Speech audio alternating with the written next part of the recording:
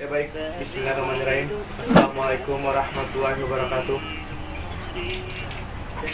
Pertama-tama kita panjatkan puji syukur kepada Allah Subhanahu wa taala atas karunia dan kesempatannya lah saya bisa berbicara di depan kamera pada saat ini.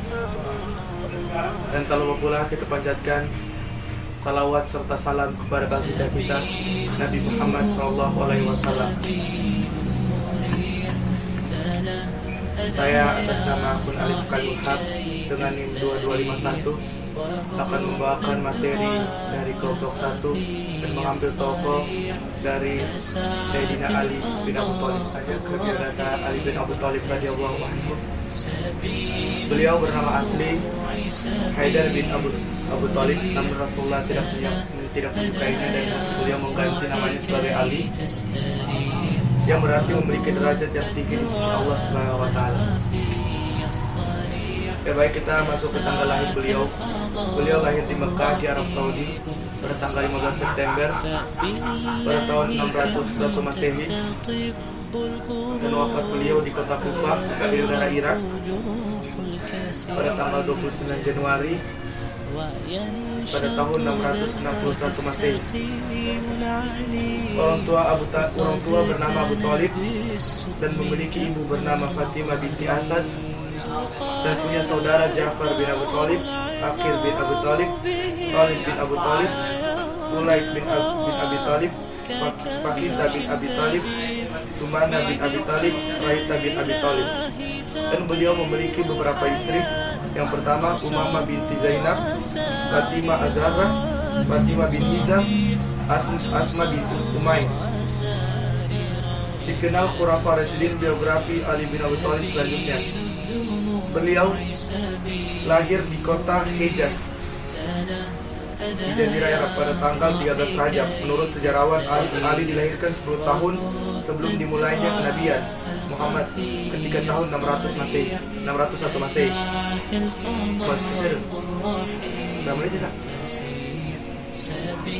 Ya kaum muslimin yang dirahmati Allah, sebagaimana sabda Nabi yang menyebutkan Rasulullah SAW, sebaik-baik manusia ialah pada generasiku, kemudian generasi berikutnya, kemudian generasi berikutnya.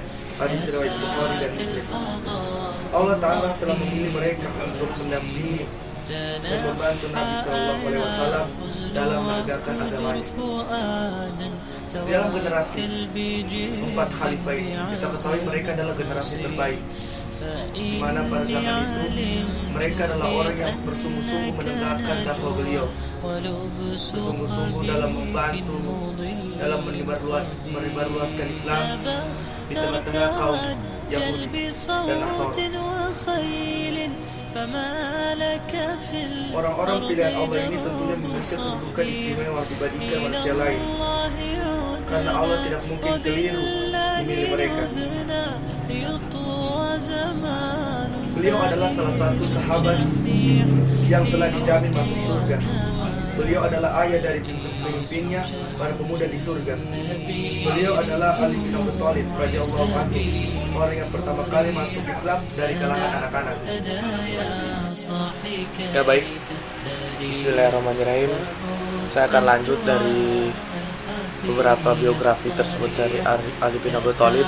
Saya akan lanjut mengambil sepenggal kisah yang saya petik dari ceramah Ustadz Khalid Basalamah di YouTube-nya.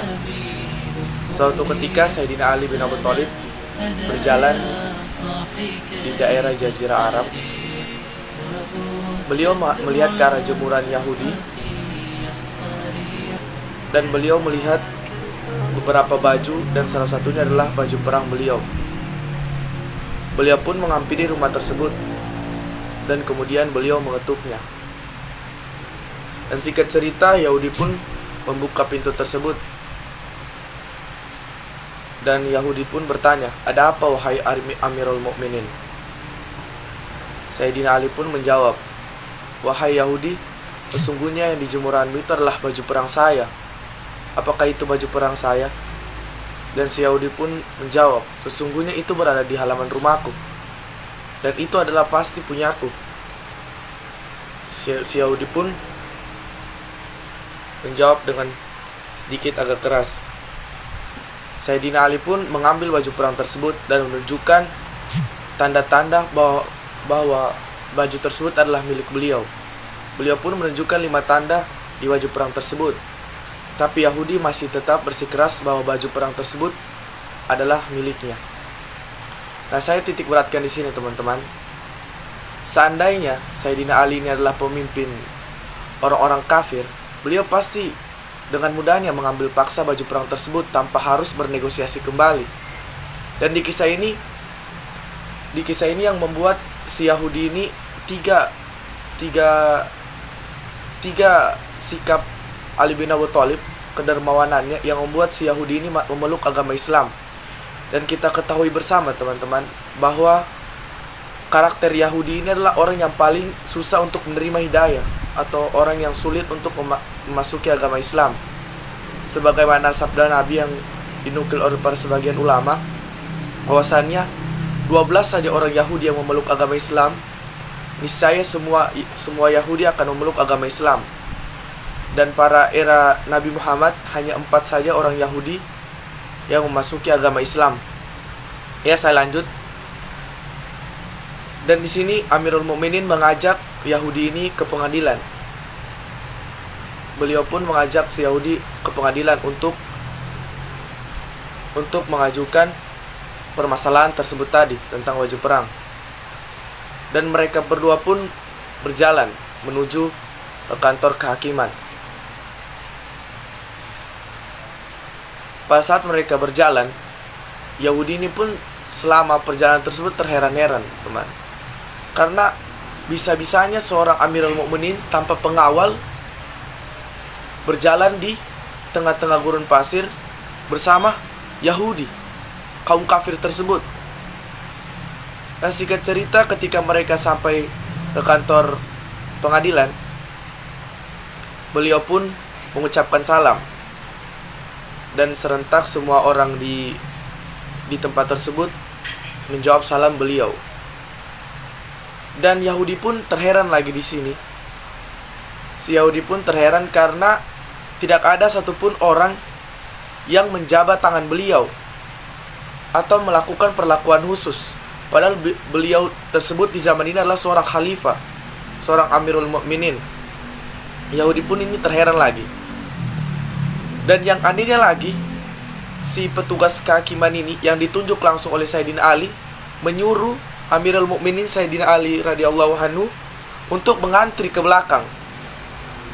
Untuk mengantri.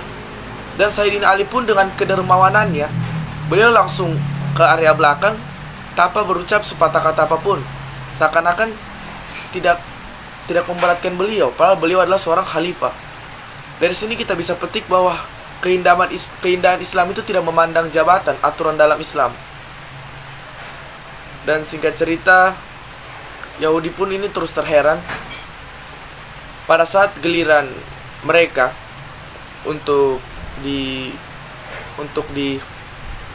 diajukan pertanyaan, untuk giliran mereka untuk dihakimi.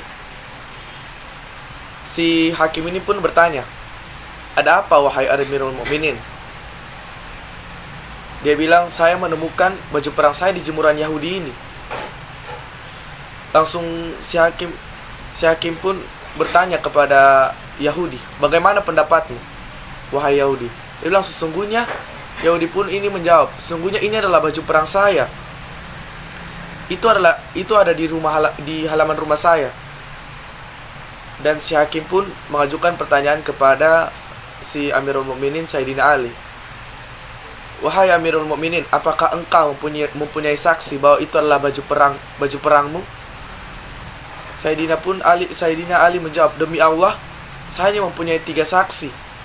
Kedua anak saya dan istri saya." Dan si hakim ini pun menjawab, "Wahai Amirul Mukminin, engkau sesungguhnya lebih mengetahui bahwa sesungguhnya anak tidak bisa menjadi saksi untuk orang tuanya, dan orang tuanya tidak bisa menjadi saksi untuk anaknya. Dan saksi yang dibolehkan dalam Islam adalah 2 orang laki-laki. Kalau hanya memiliki 1 orang laki-laki, mereka butuh dua perempuan untuk menggantikan satu laki-laki, sementara beliau hanya memiliki satu saksi saja, yaitu istri beliau, yaitu Fatimah. Maka beliau membutuhkan 3 lagi seorang saksi.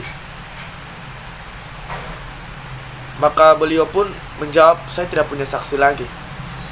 Dan di situ Aqil pun memutuskan bahwa si Yahudi lah yang punya baju sirah tersebut, baju perang tersebut. Dan si hakim pun turun memberi salaman kepada si Amirul Mukminin seakan-akan tidak terjadi apa-apa dan langsung keluar. Yahudi pun terheran dan memanggil kedua orang tersebut tadi, Hakim dan Sayyidina Ali. Wahai Amirul Mukminin, apakah sidang ini sudah selesai? Dia bilang, ya, sudah selesai. Sayyidina Ali menjawab, ya, sudah selesai, meskipun saya yakin bahwa itu adalah baju perang saya. Dan di sini si hakim pun menjawab bahwa ya, itu sudah resmi baju perangmu. Langsung Yahudi pun serentak bersyahadat, wahai Amirul Mukminin, saya akan bersyahadat, asyhadu alla ilaha illallah wa anna Muhammadar Rasulullah. Kita bisa petik dari kedermawanan beliau, membuat orang Yahudi pun yang keras hatinya bisa memeluk agama Islam. Saking adilnya beliau dalam menyikapi permasalahan. Yang bisa kita petik di sini, sebagaimana kita menjadi khalifah untuk selalu adil dan dermawan dan selalu tetap mengikuti aturan Islam sebagaimana yang diajarkan oleh Rasul kita, Rasulullah SAW. Ya, sekian itu saja mungkin yang bisa saya sampaikan. Wassalamualaikum warahmatullahi wabarakatuh.